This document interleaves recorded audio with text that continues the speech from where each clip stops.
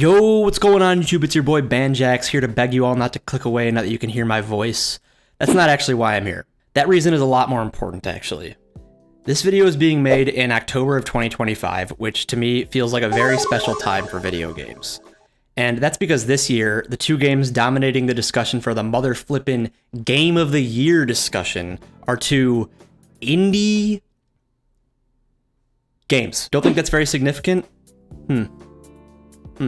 Okay, well, that's where you're wrong. Oh yeah, and those two games are Clair Obscur Expedition 33 and Hollow Knight Silksong. Oh, and Hades 2, but I hadn't finished formulating my opinion on that game by the time I was done making this video, so just know that it deserves all the acclaim it's getting, and probably more.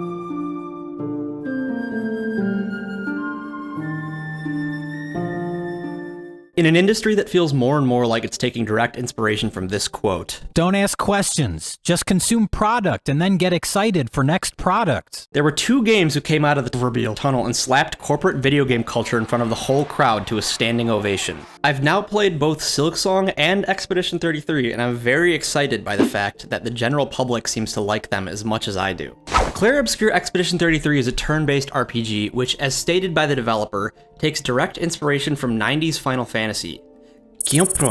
Grew up an avid fan of that, and made sure that those who were curious knew he created this game because he correctly identified a gap in the market for a game like Clair Obscur. Don't let that trick you though. Clair Obscur is not identifiable by the normal marks often characteristic of a game headed by a small team of developers.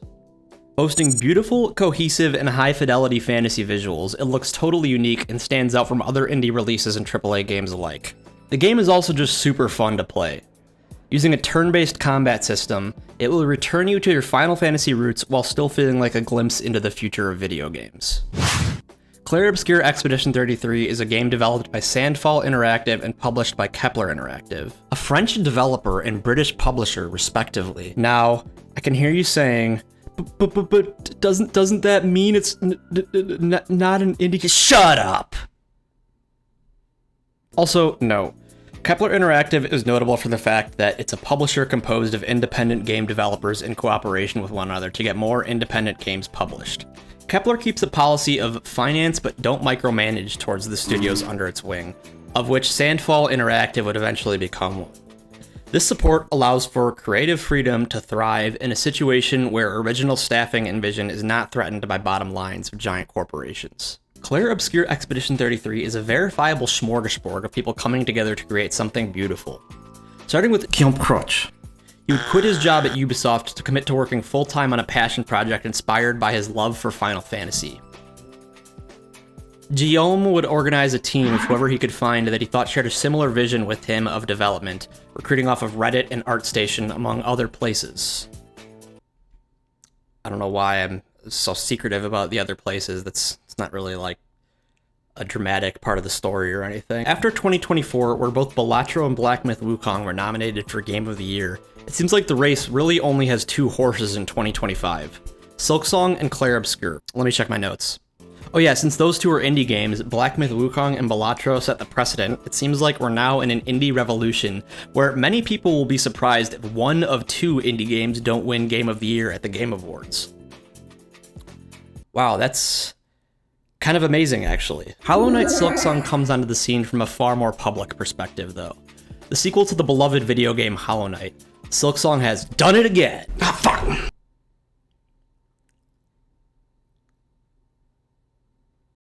Spilled my coffee. Hollow Knight Silksong stands apart from its contemporaries by being a delivery foretold in prophecy by fans of Team Cherry after years of waiting. A game fine-tuned to perfection by its creators with a simply uncompromised creative vision. It can be described as a modern-day Metroidvania, which, of course, is reductive. It's a totally unique hand-drawn dark fantasy masterpiece of game design. You're slowly drawn into its world just as you were with Hollow Knight to uncover the political drama that has now reduced the kingdom of Farloom to a domain of faded brilliance. Team Cherry, while being the incumbent of the two games of conversation, is definitely still an indie developer. Taking 7 years between the development and release of Hollow Knight and the release of Silksong, the game's long development time, abstract release table, and scope changes became a culture of its own on the internet. That being said, this is a reminder to go finish your dailies in Silk Royale. Silk posting as a culture of trolling is a great video made by Folding Ideas detailing this.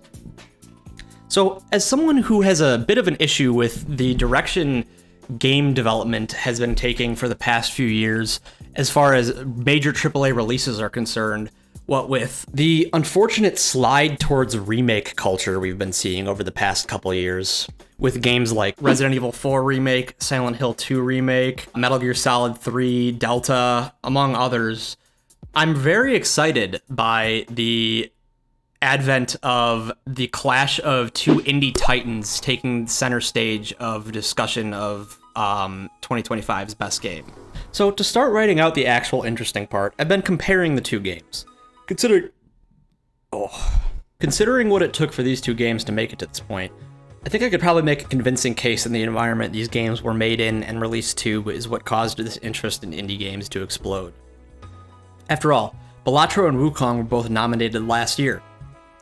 Ah, what a beautiful time for video games. The sun is shining, the two most popular games are made and headed by small development teams, and Hollow Knight Silksong and Expedition 33 are here to stay. Also, I'm trying to speedrun monetization of this channel due to recent unemployment, so make sure to like, comment, subscribe, and share this video, or I'll be really sad, and perhaps angry, and perhaps other emotions.